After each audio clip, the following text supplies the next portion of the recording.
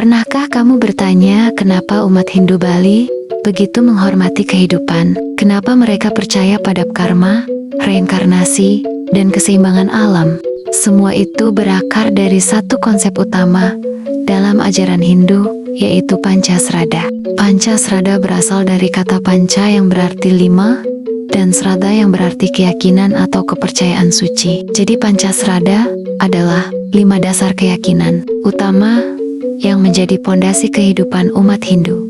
Bukan hanya tentang ritual atau upacara, tetapi tentang bagaimana manusia memahami Tuhan, jiwa, karma, kelahiran kembali, hingga tujuan akhir kehidupan ini. Dan menariknya 5 keyakinan ini saling terhubung, seperti rantai kehidupan yang tidak terpisahkan. Keyakinan pertama adalah Brahman, atau kepercaya kepada Ida Sang Hyang, Widiwasa, atau Tuhan Yang Maha Esa.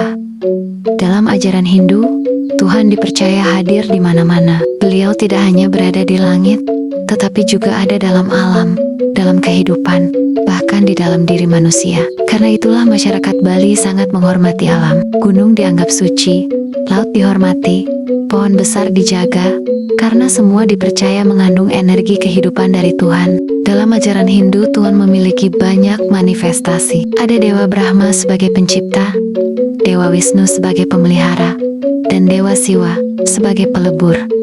Namun, semuanya tetap berasal dari satu sumber yang sama, yaitu Ida Sang Hyang Widiwasa.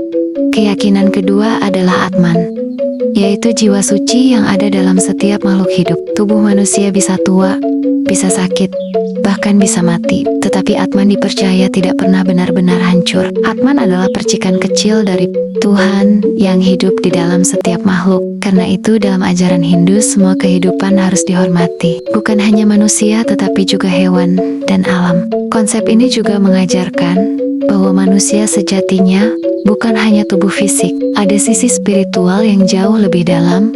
Dan ketika manusia terlalu terikat pada kemarahan, keserakahan, atau kebencian Atman, menjadi tertutupi oleh kegelapan batin. Karena itu kehidupan spiritual dalam Hindu bukan hanya soal sembahyang, tetapi juga tentang membersihkan pikiran dan hati. Keyakinan ketiga adalah karma phala, yaitu hukum sebab akibat dalam kehidupan. Segala tindakan manusia baik ataupun buruk akan menghasilkan buahnya masing-masing. Dalam ajaran Hindu, tidak ada perbuatan yang benar-benar hilang. Kebaikan akan kembali sebagai kebaikan, dan keburukan juga akan kembali kepada pelakunya. Karena itu karma phala mengajarkan manusia untuk hidup dengan hati-hati. Bukan karena takut dihukum, tetapi karena setiap tindakan memiliki konsekuensi. Saat Sisir membantu orang lain dengan tulus, energi itu dipercaya akan kembali suatu hari nanti. Sebaliknya, jika seseorang menyakiti atau merugikan orang lain,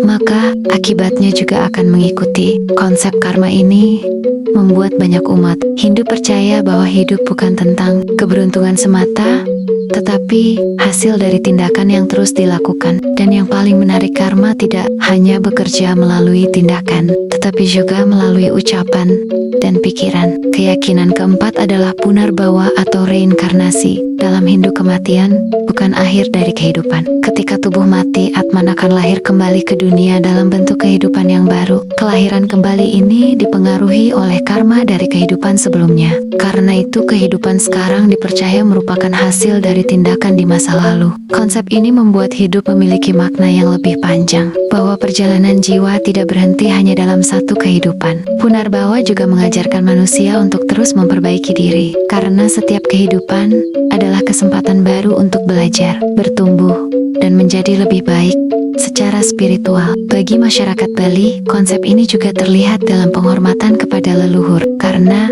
roh leluhur dipercaya tetap memiliki hubungan dengan keluarga yang masih hidup. Keyakinan terakhir adalah moksa. Ini adalah tujuan tertinggi dalam ajaran Hindu. Moksa adalah keadaan ketika jiwa terbebas dari siklus kelahiran dan kematian, tidak lagi terikat oleh karma duniawi, tidak lagi dipenuhi penderitaan, kebencian, atau keserakahan. Moksa adalah penyatuan kembali Atman dengan Tuhan.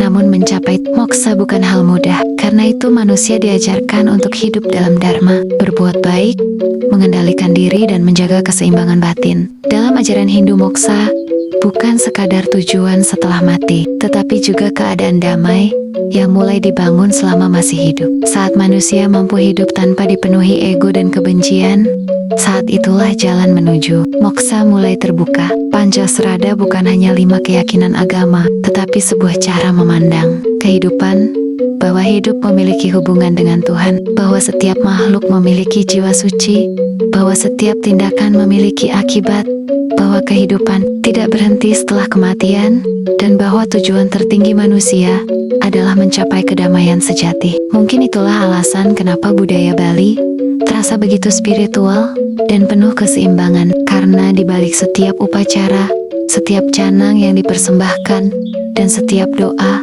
tersimpan filosofi kehidupan yang sangat dalam. Dan pertanyaannya sekarang, jika setiap tindakan akan kembali kepada kita, maka energi seperti apa yang sedang kita tanam hari ini?